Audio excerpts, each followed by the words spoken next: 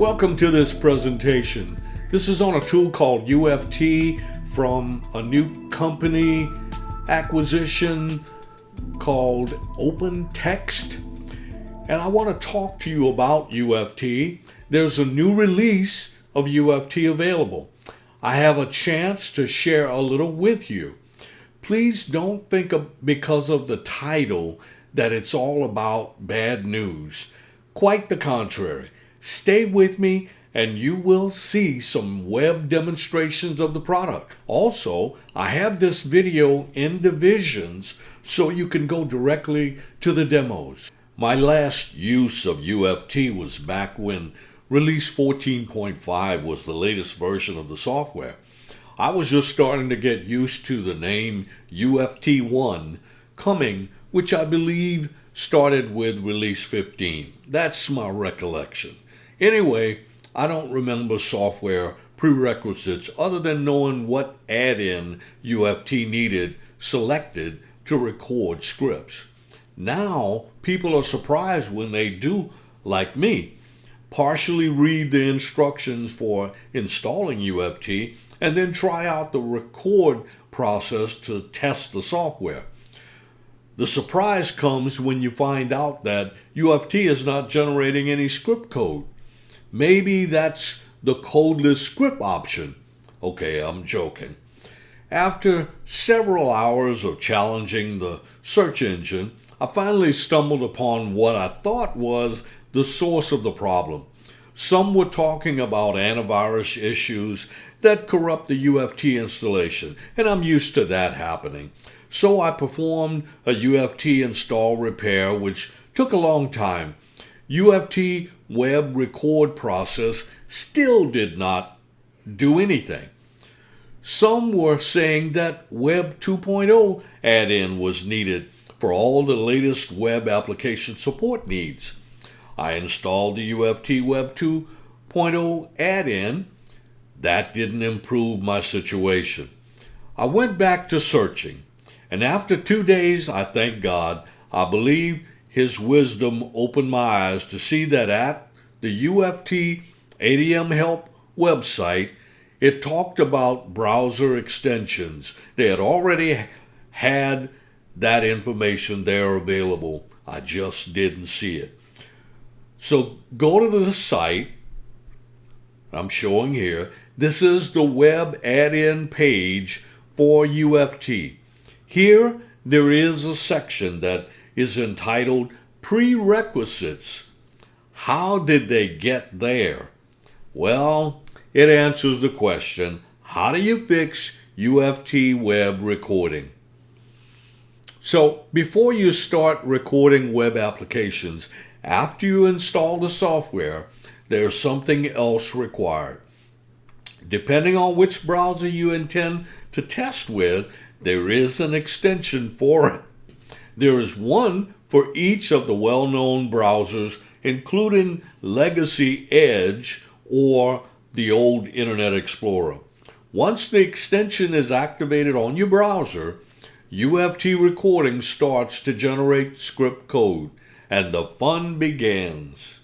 Well, depending on browser versions in use, I guess the browser extension required for each browser is like the web drivers that other tools require to interface and emulate browser interactions during recording and test script execution. But beware of the possibility that in the future, as new features are added to the web add-ins and the application software, the extension management may get complex, keeping up with upgrade requirements. Please make sure that the UFT extension in Chrome, Edge, or Firefox is enabled.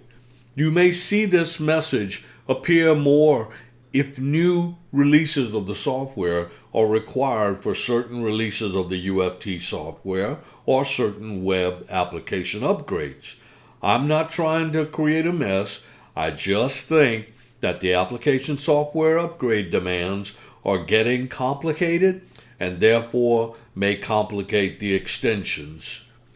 So please check that Zoom in Chrome is at 100% before you click on record in UFT as well. Now about selectable add-ins, web selectable add-ins more specifically.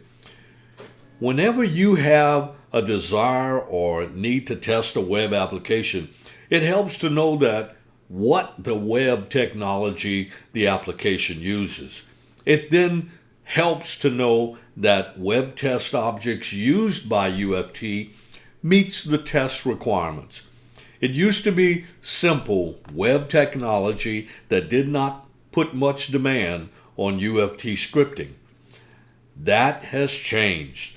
Some web applications still make use of simple HTML, CSS, and JavaScript usage. However, the dynamic nature of web applications, coupled with evolving user requirements, market demands, and technological advancements, contributes to the need for flexibility in the application code to accommodate changes efficiently and effectively.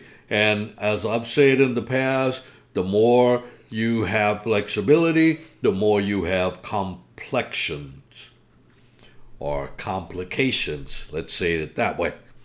This underscores the importance of using flexible frameworks, modular architectures, and best practices in web development to maintain and evolve complex web applications over time. This demand extends to test scripting tools like UFT. UFT has had to dramatically increase its test object interface capabilities. So now we see a significant increase in the number of web-related add-ins in UFT. So that's something new to look forward to. Now, as far as SAP is concerned, even testing SAP applications has become more complex. The world of SAP has exploded into NetWeaver, Fiori, and UI5 technologies that put a great demand on test requirements. So UFT has responded and is doing much to keep up. But then there's Web 2.0. The Web 2.0 technology is essential for business applications to exist in the intranet and internet arenas and not be overwhelmed by the downsides. The dynamics that can be developed using Web 2.0 protects business applications from unwanted attacks and high traffic need for stability and responsiveness. So test tools like UFT must keep improving to support the interactive changing test requirements. And then there's other applications. It is safe to say that it used to be unnecessary to support multiple or cross-browser testing, and it used to not be a necessary test requirement to test in a parallel mode. Continuous testing demand coupled with CI and CD and this cross-browser testing demands are driving the need for test tools like UFT to step up with the right software offerings. So bear with me while I step into software demonstration mode. I plan to give a short overview of the UFT software in terms of what you can do with it today since its last offering. So we now have UFT 23.4. I am going to take you through several UFT recording and testing scenarios to demonstrate some of its capability to support web application testing. And I'm not certain that I'm going to be able to do it all in one video. I may have to split it into multiple just to keep your attention span. So check out my follow-up demo videos that demonstrate using UFT for recording and testing web applications. The videos should be entitled something like UFT Web Recording and Testing.